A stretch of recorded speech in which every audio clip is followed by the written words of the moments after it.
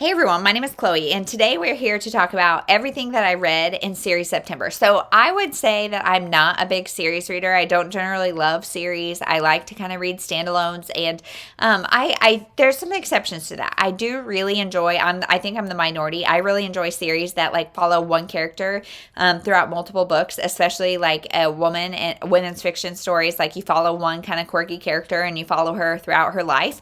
I love those books. I know a lot of people don't, but like. Any other series are just okay for me. So yeah, I would say like I did not advertise that I was participating in series September. I didn't really intentionally participate, but then looking back on my September reading, I actually read quite a few different series. So I'm not going to talk about any of the books that I read with my kids because we read a ton of series and yeah, we'd be here forever. But I'm going to talk about the few series that I read in this September and just kind of see where I'm at with them and what I think and what you think about these series. So let's see. If you see me looking over, I'm looking at my spreadsheet because like I said, I wasn't really intentional about any of this. But first I read, and most of these are going to be pictures, you guys, because I have an hour and 15 minutes alone and I'm trying to batch record a ton. So if you see this red Chief shirt in 1,000 videos, that's why I don't want to waste the time like changing shirts. So sorry. So yeah, I'm going to insert pictures for most of these, but some of them I have really near me. So the first is this. Let's see over here. This learning to swim. This is a Troy Chance #1. So this is about a woman who sees this child fall off of a ferry as she's like on the outgoing, he's on the incoming. She jumps off, saves him, and kind of takes it among herself to figure out who his parents are. And she thinks his parents are involved in a crime ring, and so she takes it upon herself to figure it out. And there's a detective, which I'm guessing is the Troy Chance. So it is a series that likely follows the same detective.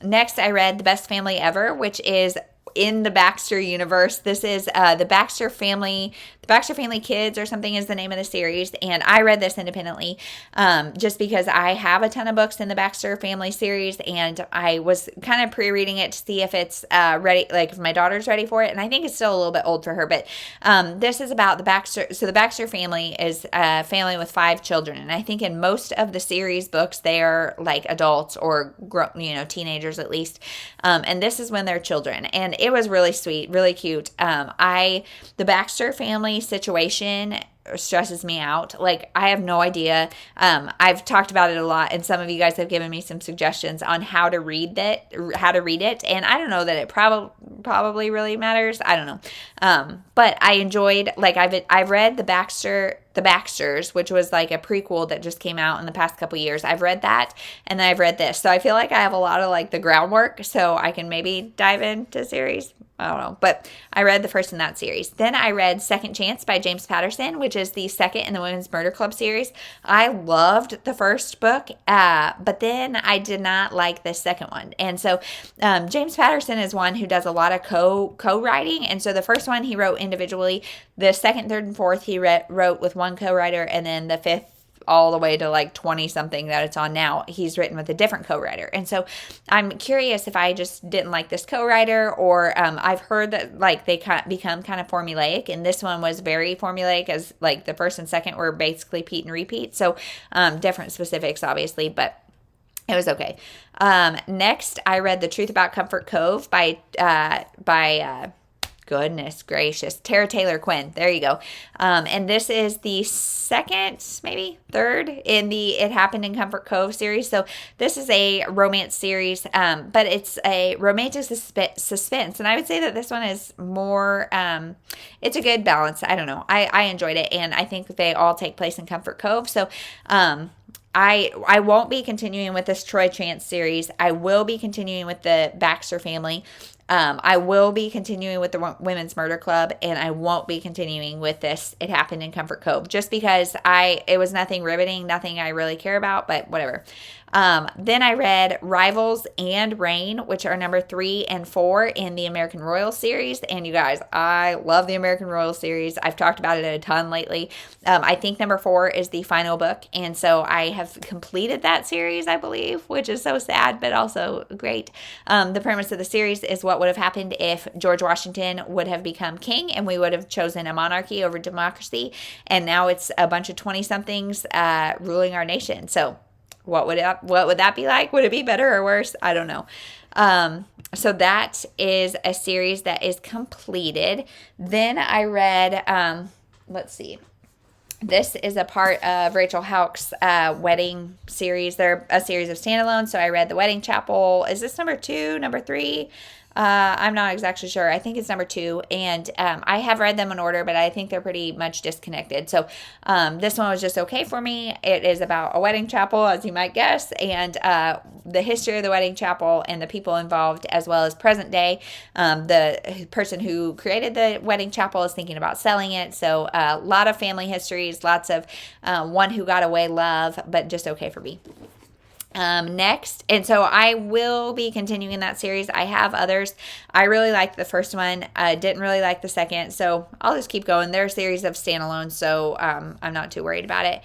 And then the last one, hold on one second. Not the last one, but another one is the Slightly series by Wendy Markham. So this is exactly what I was talking about. Those women's fiction series that follow the same character through time.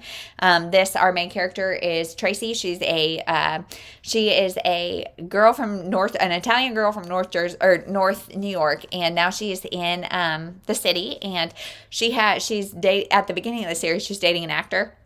And it's their kind of relationship and then their eventual breakup, her kind of not rebound, but like her finding this friendship with this guy and their friendship, and then her finding romance and kind of some love triangles and just lots of quirky antics. It's a fun time. These were written in the early 2000s, and I will warn you, there's a lot of like fat phobia, some really not great things said about like LGBTQ. Well, not even necessarily bad. There's definitely some derogatory, but the way that's handled is definitely early 2000s.